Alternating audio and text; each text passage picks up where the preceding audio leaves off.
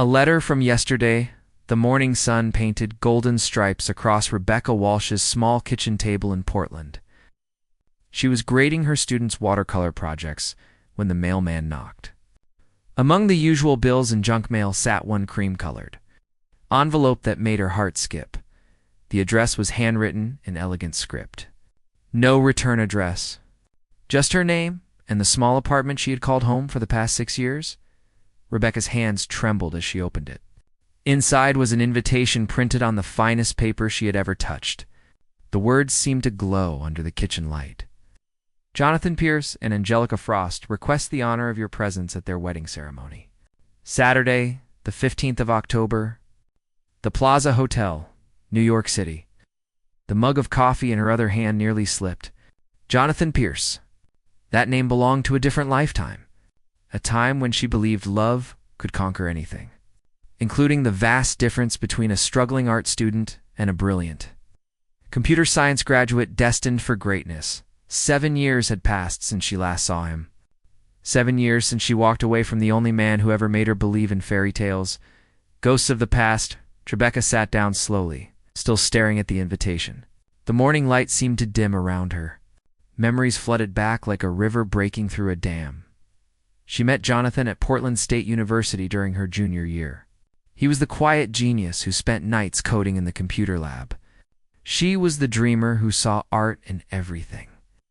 Even in the way rain fell on library windows, their first conversation happened by accident. Rebecca had stumbled into the wrong classroom looking for her figure drawing class. Jonathan was the only person there, working on his laptop. Instead of pointing her to the right room, he asked what she was drawing. She showed him her sketchbook. He showed her the app he was building. Somehow, 3 hours passed like 3 minutes. They were opposites in every way. He loved logic and numbers. She loved colors and emotions. He planned everything carefully. She followed her heart without maps. But together, they made sense. For 2 beautiful years, they built a world where his code and her canvas lived in harmony. He would explain algorithms while she painted. She would drag him to art galleries while he explained the mathematical patterns in famous paintings. They laughed at inside jokes nobody else understood. They dreamed about a future where his tech company would fund her art school for underprivileged children. Then graduation came. Jonathan received a job offer in Silicon Valley that would change his life.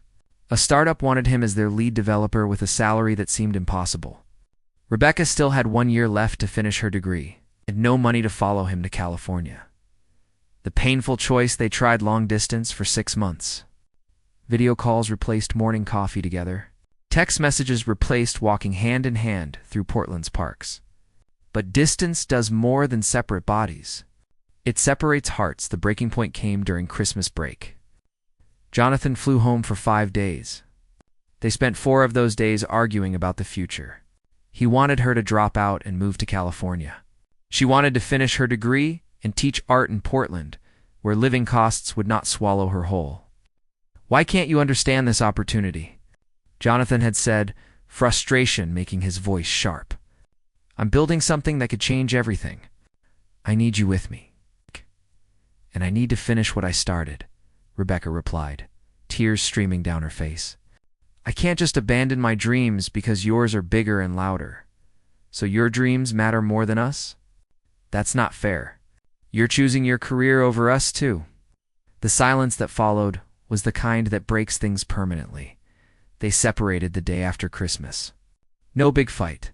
No dramatic scene. Just 2 people who loved each other but wanted different things from life. Jonathan went back to California. Rebecca stayed in Portland and cried for months. She heard about his success through mutual friends who still kept in touch. His startup became one of the fastest-growing tech companies in the country. Within 3 years, Jonathan Pierce was a name people recognized.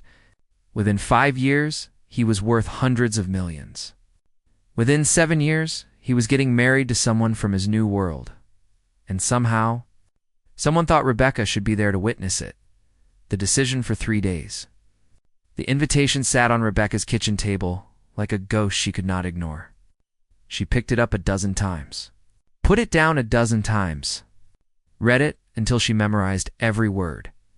Her best friend Natalie came over on Wednesday evening with pizza and wine. "You're not seriously considering going," Natalie said, grabbing a slice. "That's crazy.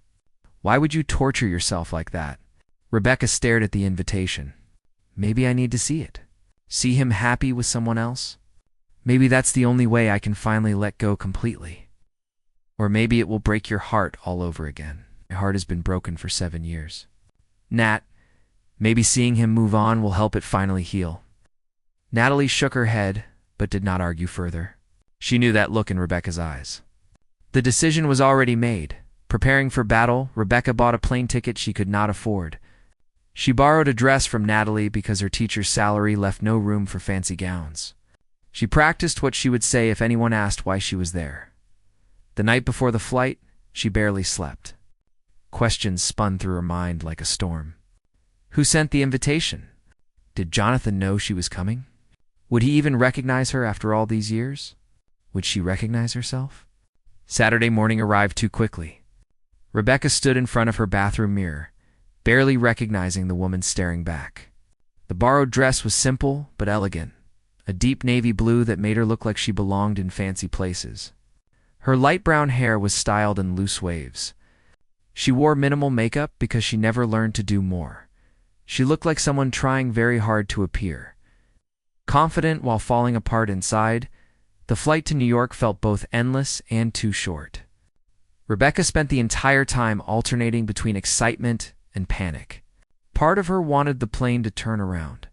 Part of her could not wait to see Jonathan again, even if it meant watching him marry someone else. Arrival at the Plaza Hotel looked like a castle from a storybook. Grand marble columns reached toward the sky. Expensive cars lined the entrance, dropping off guests who looked like they stepped out of fashion magazines. Rebecca's borrowed dress suddenly felt cheap and obvious. She paid the taxi driver with trembling hands and stepped onto the sidewalk. For a long moment, she just stood there, staring up at the building where her past was about to collide with someone else's future. "Are you going in, or just sightseeing?" A valet attendant asked politely. Rebecca took a deep breath. Going in, the lobby was even more magnificent than the exterior. Crystal chandeliers hung from impossibly high ceilings. Fresh flowers filled enormous vases. Everything smelled like expensive perfume and old money. Signs directed wedding guests to the grand ballroom on the 3rd floor. Rebecca followed the crowd, her heart pounding so hard she thought everyone could hear it. She rode the elevator with people who spoke casually about their vacation homes and charity galas. Nobody looked at her twice. She was invisible among the wealthy and beautiful. The grand ballroom took her breath away. Thousands of white roses created an aisle leading to an altar made of light and glass. Silk drapes floated from the ceiling like clouds. A string quartet played soft, classical music that made everything feel like a dream. And there were the whispers. Rebecca found a seat near the back, hoping to blend into the crowd. But she felt eyes on her immediately. The woman next to her leaned toward her companion. "Who is that? I don't recognize her from the society pages. It's probably someone from the groom's past. Look at her dress.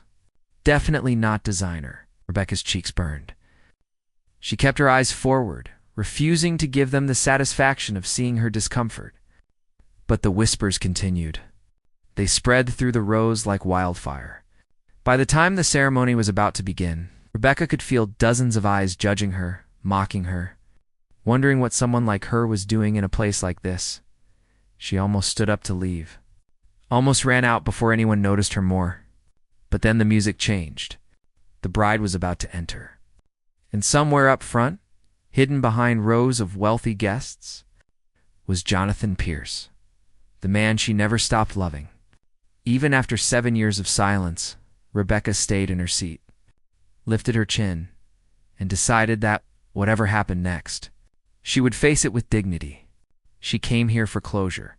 She came here to finally say goodbye to the past. She had no idea that in less than an hour, nothing would ever be the same again. When the music began, the string quartet shifted into a familiar melody. Everyone in the grand ballroom stood. Rebecca rose with them, her legs feeling weak beneath the borrowed dress. Her view was blocked by tall men in expensive suits and women in designer gowns. She could see enough, The bride appeared at the entrance like a vision from a dream. Angelica Frost was everything Rebecca was not. Tall, with perfect posture that came from years of private school and etiquette classes. Her wedding gown probably cost more than Rebecca earned in a year. Diamonds sparkled at her throat and ears, catching the light from the massive chandeliers above. She was breathtaking. She was perfect. She belonged in this world of wealth and privilege. Rebecca felt her chest tighten. This was a mistake. Coming here was a terrible mistake, but she could not leave now. Not while everyone was standing. Not while all eyes were on the bride floating down the aisle like royalty. So Rebecca stayed frozen in place, watching the woman who was about to marry the only man she ever truly loved. The first glimpse then, she saw him. Jonathan Pierce stood at the altar in a perfectly tailored black tuxedo. Even from the back of the ballroom, Rebecca could see how much he had changed. His shoulders were broader. His stance was more confident. He carried himself like a man who owned the world because in many ways he did. His dark hair was styled perfectly. His hands were clasped in front of him, steady and sure. He looked every bit the billionaire tech mogul the newspapers wrote about. Nothing like the nervous college student who used to spill coffee on his keyboard while showing her his latest code. 7 years had transformed him into someone else. Entirely, or so Rebecca thought the turn Angelica reached the altar. Her father, a man with silver hair and a stern expression, placed her hand in Jonathan's. The officiant began speaking about love and commitment and forever. Standard wedding words that should have felt routine, but something was wrong. Rebecca could not see Jonathan's face from where she sat, but she could see his body language, the slight stiffness in his shoulders, the way his hands gripped Angelica's a bit too tight, the almost imperceptible shift of his weight from one foot to the other. He looked like a man standing on the edge of a cliff, trying to decide whether to jump. If anyone has reason why these two should not be joined in marriage, speak now or forever hold your peace, the officiant said. The traditional words hung in the air. Nobody ever actually objected at weddings. It was just a formality, a relic from older times. Rebecca held her breath, without knowing why. The silence stretched for what felt like hours, but was probably only seconds. Then the officiant smiled and continued. Jonathan Pierce, do you take Angelica Frost to be your lawfully wedded wife? Jonathan opened his mouth to speak, but before any words came out, his gaze drifted, almost by accident, almost as if something invisible pulled his attention away from his bride. His eyes swept across the crowd, past the front rows filled with business partners and celebrities, past the middle rows packed with distant relatives and society friends, all the way to the back where regular people sat, all the way to where Rebecca stood, unable to move or breathe or think. Their eyes met. The recognition time stopped. The entire ballroom seemed to freeze. The music faded into nothing. The whispers died. Even the light from the chandeliers felt suspended in the air. Jonathan's face transformed in an instant. The confident billionaire vanished. In his place stood the boy from Portland who used to bring her coffee during late-night study sessions. The boy who laughed at her terrible jokes. The boy who held her while she cried about failing her ceramics class. His expression cycled through shock, disbelief, pain, and something else. Something that looked like a door opening after being locked for 7 years. Rebecca saw it all. She felt it all. And she knew with absolute certainty that he had no idea she would be here. Someone else sent that invitation. Someone else wanted her at this wedding, but who? And why the ring, Jonathan? Angelica's voice cut through the frozen moment. Concern flickered across her perfect features. Are you all right?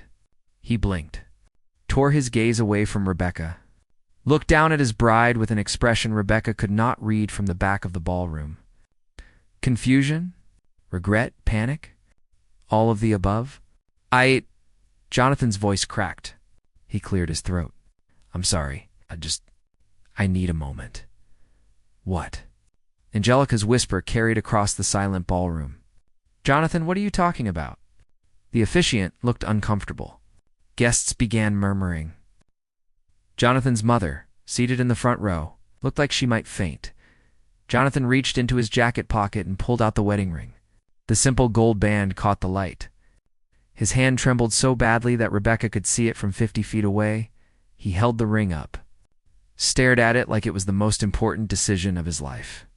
Then, in a moment that would be replayed in gossip columns for months, Jonathan Pierce dropped the ring, not accidentally, not by mistake, but deliberately.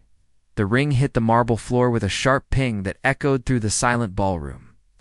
It rolled in a lazy circle before settling near Angelica's perfect white shoes. Nobody moved. Nobody breathed. The whispers exploded, then chaos erupted. Gasps rippled through the crowd like waves. People turned to their neighbors, whispering frantically. Phones appeared despite the no photography rule. Camera flashes went off like tiny explosions. Oh my God, is he calling it off? This is insane. This is absolutely insane. Who is he looking at? Someone in the back. That woman in the navy dress? Who is she? I don't know, but she's about to become very famous. All eyes turned toward Rebecca. Hundreds of wealthy, powerful, judgmental eyes. She wanted to disappear. She wanted the floor to swallow her whole. But she could not move. Could not breathe. Could not do anything except stare back at Jonathan as he stared at her. Angelica's realization, Angelica followed her groom's gaze. Her eyes landed on Rebecca. For a long moment, the bride and the unexpected guest simply looked at each other across the crowded ballroom. Something passed between them. Some wordless understanding. Angelica's perfect composure cracked just slightly. Not with anger. Not with jealousy. But with something sadder. Something like recognition. She turned back to Jonathan. It's her, isn't it? Her voice was barely a whisper, but Rebecca somehow heard it. The one you told me about. The one from before. Jonathan could not seem to form words. He just nodded once. A small, miserable nod that confirmed everything. Angelica closed her eyes. When she opened them again, they were filled with tears. But she was not crying. Not yet. She was stronger than that. How long have you known she would be here? Angelica asked. I didn't, Jonathan said hoarsely. I swear, Angelica. I had no idea, but you wish you did. It was not a question, Jonathan said nothing. His silence was answer enough. The walk Rebecca could not watch anymore. This was too much. Too painful. Too public. She turned toward the exit, desperate to escape before things got worse. But before she could take a single step, Jonathan spoke. His voice cut across the ballroom, loud enough for everyone to hear. Rebecca, please don't go. The entire room swiveled to stare at her. Rebecca froze with one hand on the back of her chair. Her heart hammered against her ribs. This could not be happening. This was a nightmare. Any second now, she would wake up in her small Portland apartment, and none of this would be real. But it was real. Painfully, impossibly real. Jonathan, what are you doing? Angelica's voice trembled. Not with anger, but with the sound of a heart breaking in real time. Jonathan stepped away from the altar. Away from his bride. He moved down the aisle toward the back of the ballroom. Toward Rebecca. Each step echoed in the terrible silence. People pressed against their seats to let him pass. Whispers followed him like a shadow. This is the most insane thing I've ever seen. Someone record this. This is history. That poor bride. How humiliating. Who is that woman? She must be someone special. Face to face, Jonathan stopped 3 feet away from Rebecca. Up close, she could see the changes 7 years had carved into his face. Tiny lines around his eyes. A scar on his chin that had not been there before. But his eyes were the same. Dark brown and deep enough to drown in. Hi, he said softly, stupidly, as if they had run into each other at a coffee shop instead of at his wedding to another woman. Hi, Rebecca whispered back. Her voice would not go any louder. They stared at each other. 7 years of silence stretched between them like a canyon. So much to say. No idea where to start. You came, Jonathan said. Statement, not question. I got an invitation. I didn't send it, I know. But I'm glad you're here.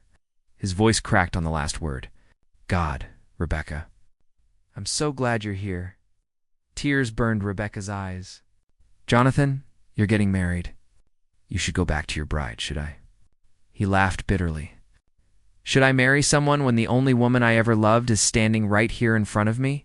Gasps erupted around them. Phones recorded every word. This was going to be everywhere by morning. The billionaire who called off his wedding. The mysterious woman in the borrowed dress. The bride left at the altar. Rebecca's voice shook. You can't do this. Not here. Not like this. Then when? Jonathan asked desperately. I waited 7 years hoping you would come back. 7 years of building a company and making money and trying to fill the hole you left. It never worked. Nothing worked. And now you're here, and I'm supposed to just let you walk away again? You let me walk away the first time, Rebecca said, anger flashing through her pain. You chose your career over us? You don't get to pretend I was the one who left. You're right, Jonathan said immediately. You're absolutely right. I was an idiot. I chose wrong. I've regretted it every single day since. Angelica's arrival, excuse me. Angelica's voice cut through their conversation. She had walked down the aisle after Jonathan, her white dress trailing behind her like a ghost.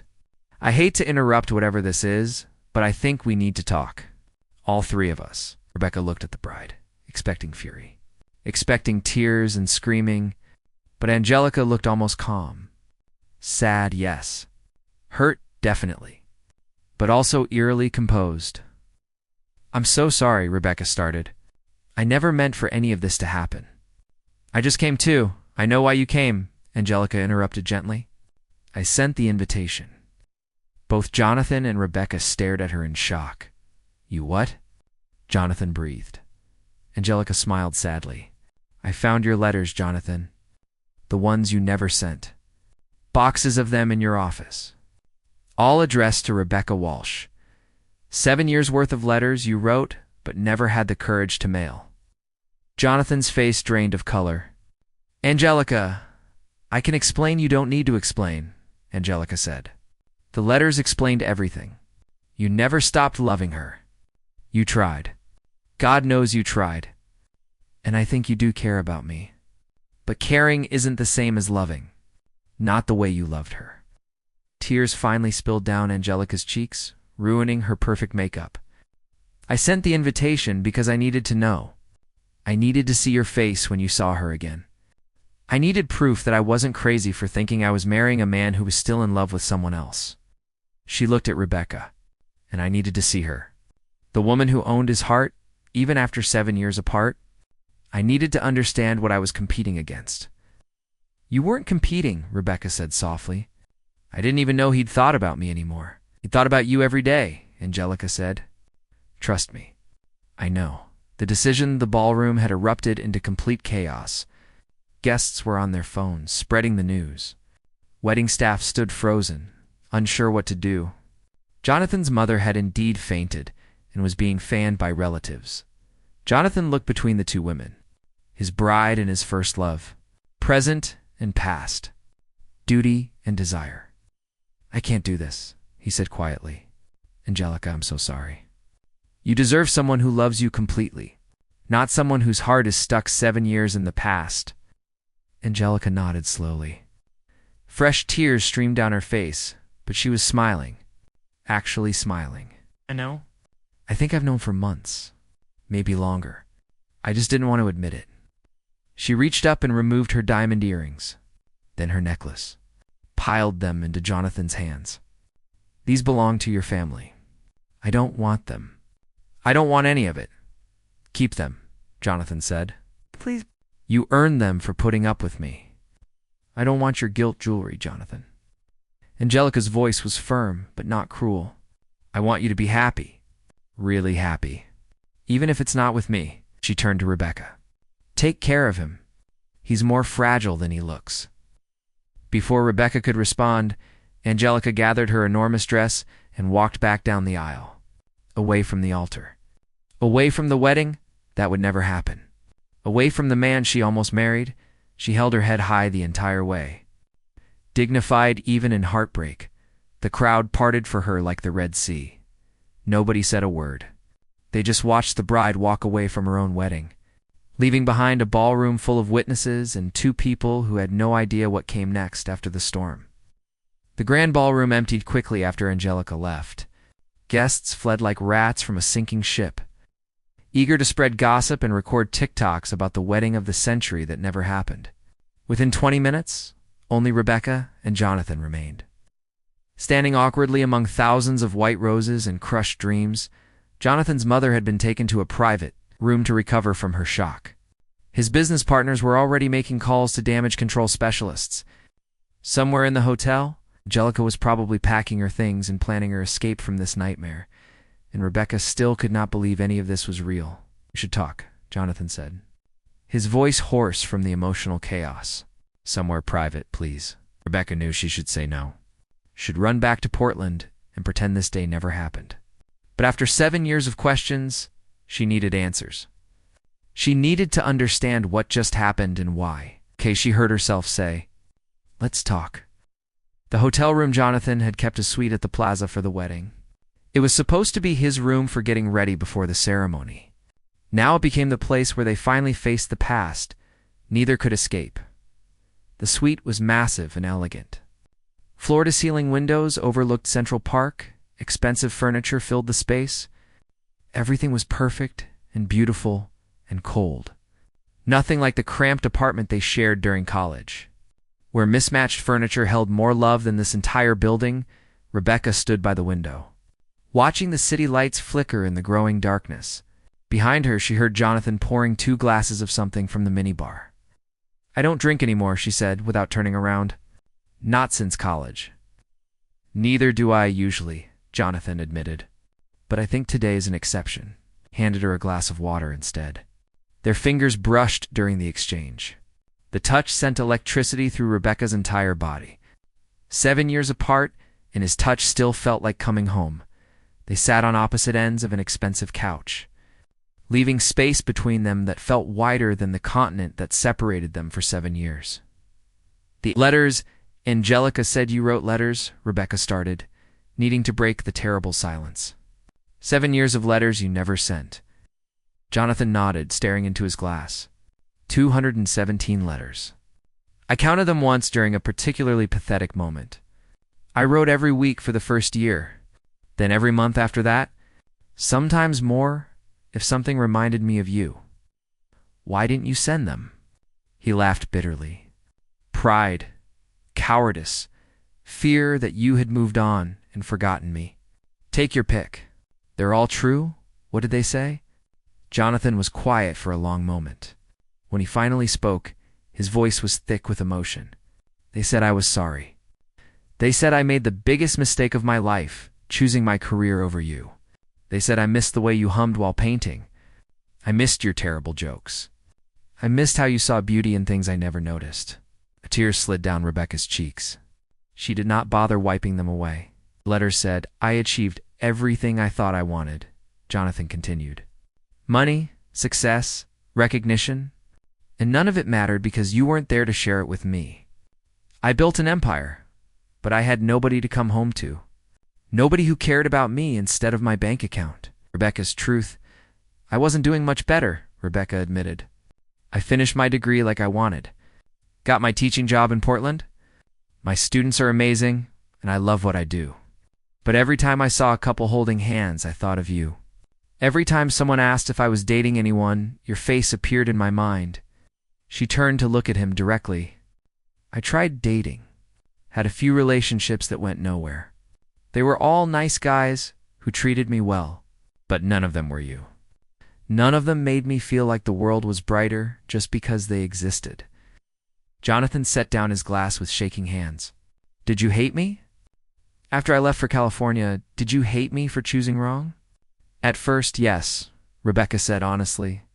"I was angry and hurt and felt abandoned. But over time, the anger faded. I realized we were both young and stupid. Both too proud to compromise. Both convinced our dreams couldn't bend without breaking." She smiled sadly. "Eventually I just felt sad. Sad about what we lost. Sad about what we could have been if we had been braver or smarter or more willing to fight for each other instead of fighting with each other? The question that changed everything. Jonathan moved closer on the couch. Not touching her, but close enough that Rebecca could smell his cologne. Something expensive that suited his new life. Nothing like the cheap drugstore stuff he wore in college. "Becca, I need to ask you something." His voice was serious, almost scared. "If I had sent those letters, would you have answered? Would you have given me another chance?" Rebecca considered the question carefully. Honesty required precision. "If you had sent them in the first year, probably yes," she said slowly. "I was so heartbroken and lonely that I would have jumped at any chance to have you back. But after that first year passed with nothing from you, I started healing. Started building a life without you. By year 3, I was finally okay being alone." She paused, gathering courage for the next part. "But if you had sent a letter last week, last month, even last year, I still would have answered. Because even after healing, even after accepting you were gone, I never stopped loving you. The love just changed form.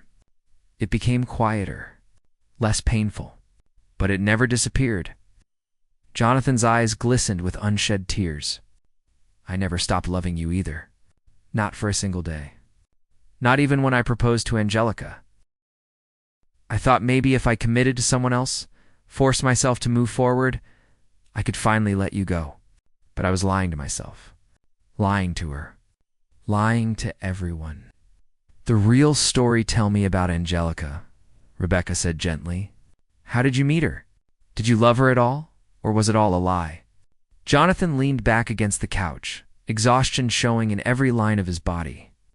"I met her at a charity gala 2 years ago. She was beautiful, intelligent, from a good family. Everything that made sense on paper.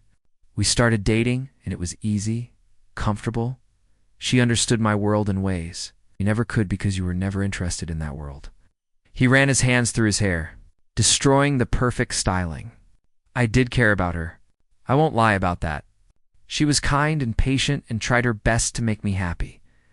But you're right that I didn't love her the way I loved you.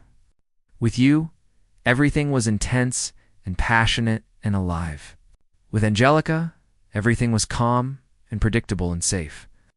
"Safe sounds nice," Rebecca offered. "Safe is boring when you've experienced extraordinary," Jonathan countered. "Safe is settling. And Angelica deserved better than someone who was settling." Rebecca thought about the woman who had walked away from her own wedding with such dignity and grace. "She really did send me that invitation." Jonathan nodded. "She found my letters about 3 months ago. Confronted me about them. I tried to explain, but there was no explanation that made it okay. I was marrying her while still writing letters to you. Still dreaming about you. Still keeping your picture in my wallet." He pulled out his wallet and opened it. Inside, behind his credit cards and identification, was a small photo of Rebecca from college. Her hair was wild, her smile genuine, her eyes full of hope. A version of herself that felt like a stranger now. "You kept this for 7 years?" Rebecca whispered, touching the worn edges of the photo. "I couldn't throw it away. I tried dozens of times, but I always pulled it back out of the trash. You were the bookmark in my life, Rebecca. The place I always wanted to return to, even knowing I probably never would." "Angelica's gift, why did she still go through with the wedding?" Rebecca asked. "If she knew you still loved me, why didn't she call it off months ago?" Jonathan smiled sadly.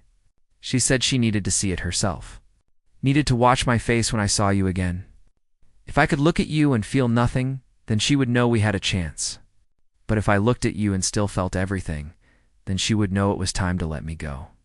"That's incredibly brave," Rebecca said. "And incredibly sad." "She's an amazing person," Jonathan agreed. "She deserves someone who looked at her the way I look at you. Someone whose heart didn't belong to a ghost from the past." He turned to face Rebecca fully. "She told me last night that she was giving me a gift. A chance to see what would happen if you walked back into my life. She said if nothing changed, we would get married and try to be happy.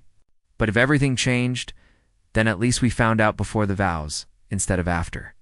Rebecca felt her heart break for Angelica. For the woman who loved a man enough to set him free, I owe her an apology. A real one. Not just the words I said in front of everyone. "She won't accept it," Jonathan said. She told me she doesn't blame you for any of this. She blames me for not being honest sooner. For wasting 2 years of her life when I knew deep down I wasn't ready to marry anyone who wasn't you. The hard question silence fell between them again. But this silence was different, softer, less painful. Like a wound that was finally starting to heal after years of infection. Rebecca knew the question they were both avoiding. The question that determined everything that came next. But someone had to ask it. Someone had to be brave enough to speak the truth. So what happens now? She said quietly. Where do we go from here? Jonathan looked at her with an expression she could not quite read. Hope mixed with fear, love mixed with doubt. That depends on you, on what you want, what you're willing to risk. What do you mean? He took her hands in his. His touch was warm and familiar and terrifying. I'm not the same person I was 7 years ago. I've changed, grown, made mistakes, and learned from them. I've built a life in California that I can't just abandon. Companies that depend on me. Responsibilities that won't disappear because I want them to. Rebecca's heart sank. This was sounding familiar. Like the same conversation that ended them the first time. But Jonathan continued. However, I've also learned that success means nothing without someone to share it with. I spent 7 years chasing bigger numbers and better opportunities. I forgot that the best thing I ever had was you. Your laugh. Your dreams. The way you made me see the world as something beautiful instead of just something to conquer. He squeezed her hands.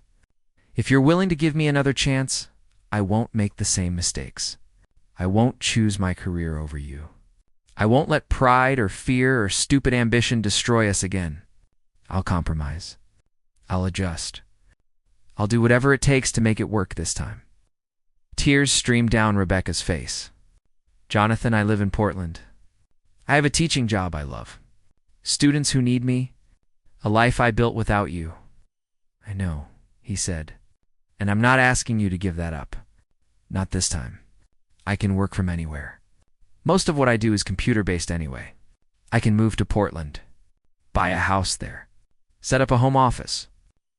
Visit California when necessary, but live wherever you are. What? Rebecca stared at him in shock. You would do that? Give up California for Portland? I would give up everything for you, Jonathan said simply. I already lost you once because I was too stupid to understand what mattered most. I won't make that mistake twice. The fear Rebecca wanted to say yes. Every cell in her body screamed at her to throw herself into his arms and never let go. But fear held her back. The fear that this was too good to be true, that 7 years apart had changed them too much. That they would try again and fail again, and the second heartbreak would destroy them both completely. Scared, this is just emotion talking. Scared we'll try again and realize we're different people now who don't fit together anymore. Scared of hurting you? Scared of being hurt. Jonathan nodded, understanding. I'm terrified too. Terrified you'll say no. Terrified you'll say yes, but then realize I'm not worth the risk. Terrified of failing you again. He stood up and pulled her to her feet. They faced each other in the middle of the expensive suite, two people who loved each other desperately, but had no idea if love was enough. Let me take you to dinner, Jonathan said. Not tonight, because tonight has been insane. But tomorrow? Let's have dinner like normal people. Talk without an audience. See if the connection we had in college still exists, or if it died 7 years ago, and we're just grieving a ghost. Rebecca considered the proposal. It was reasonable, careful, smart. Everything they had not been when they were younger. Okay, she said. Dinner tomorrow. As friends catching up, nothing more. Nothing less. We'll see what happens from there. Relief washed across Jonathan's face. Thank you. Thank you for not running away. Thank you for giving me a chance to prove I've changed. The goodbye, they stood awkwardly for a moment, neither sure how to end the conversation. A hug felt too intimate. A handshake felt too formal. They settled for an awkward half-wave that made them both laugh despite everything. I should go, Rebecca said. I need to find a hotel room for tonight. I obviously can't afford to stay here. Already handled, Jonathan said. I booked you a room down the hall before Angelica left. It's paid for the whole week. Stay as long as you need. Jonathan, I can't let you, please, he interrupted. Let me do this one thing. You flew across the country for a wedding that didn't happen. The least I can do is make sure you have somewhere comfortable to sleep. Rebecca wanted to argue, but she was too exhausted. Okay, thank you. He walked her to the door. Their hands brushed one more time. Neither pulled away immediately. Tomorrow at 6, Jonathan said. There's a small Italian restaurant in the village that you'll love. Nothing fancy. Just good food and quiet atmosphere where we can actually hear each other talk. Sounds perfect, Rebecca said. She left before either of them could say anything else. Before the moment could become more than it was. Before they made promises, neither was sure they could keep. The phone call back in her hotel room, Rebecca collapsed onto the bed and stared at the ceiling. Her phone had 17 missed calls, 43 text messages, and too many social media notifications to count.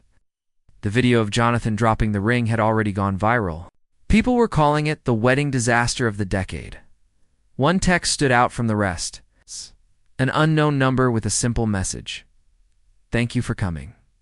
I hope you both find the happiness you deserve. Take care of him. It was from Angelica. Rebecca responded immediately. I'm so sorry for everything. You showed more grace today than I could have imagined.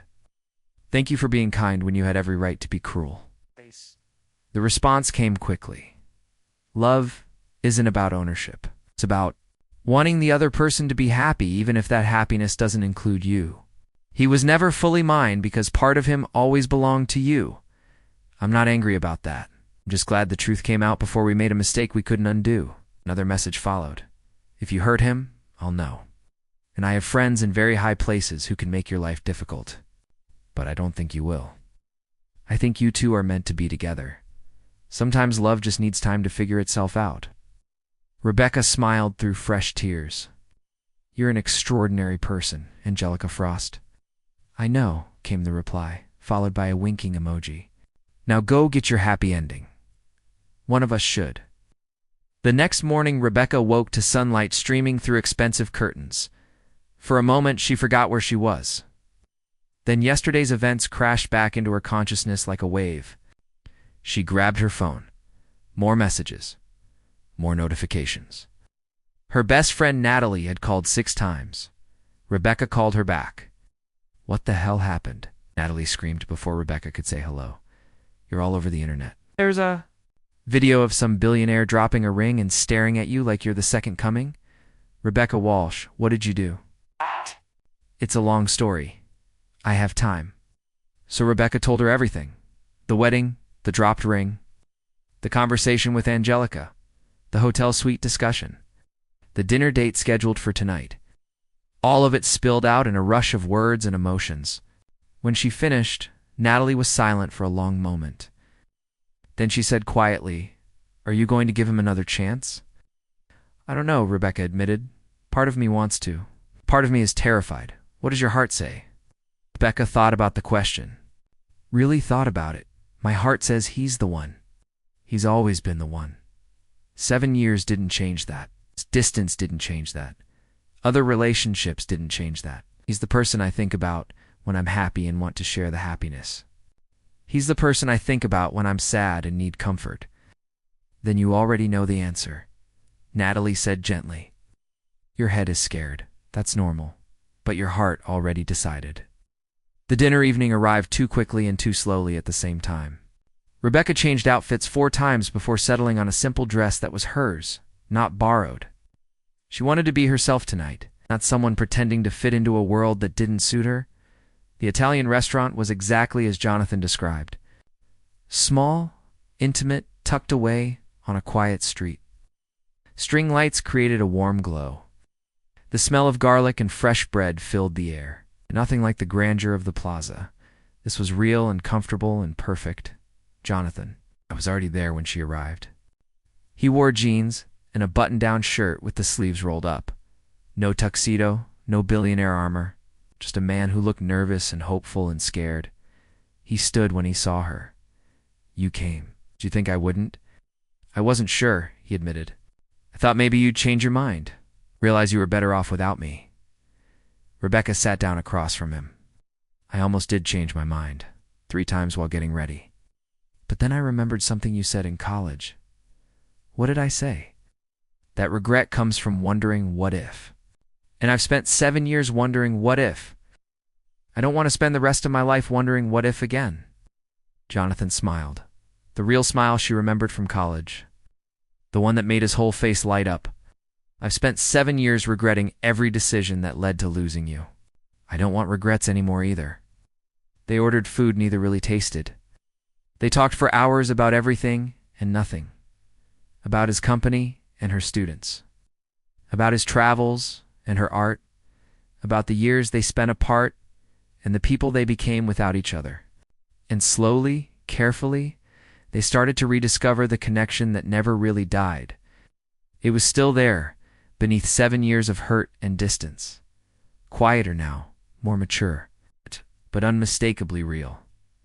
The real conversation, after dinner, they walked. Through the village, holding cups of coffee from a corner shop. The night was cool and clear, perfect for the hard conversations they had been avoiding.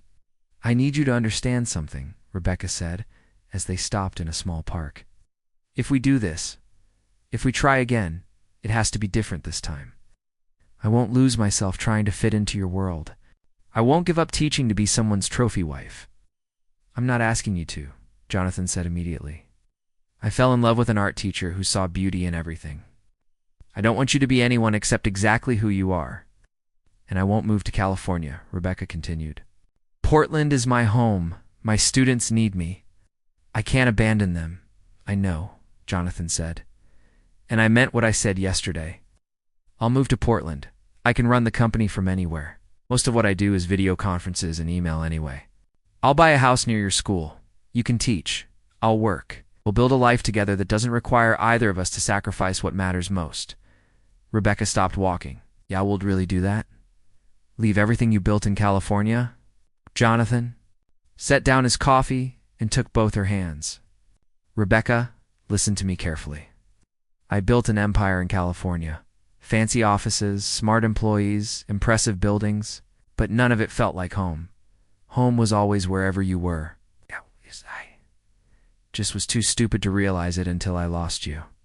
He squeezed her hands gently. The company will survive without me being physically there every day.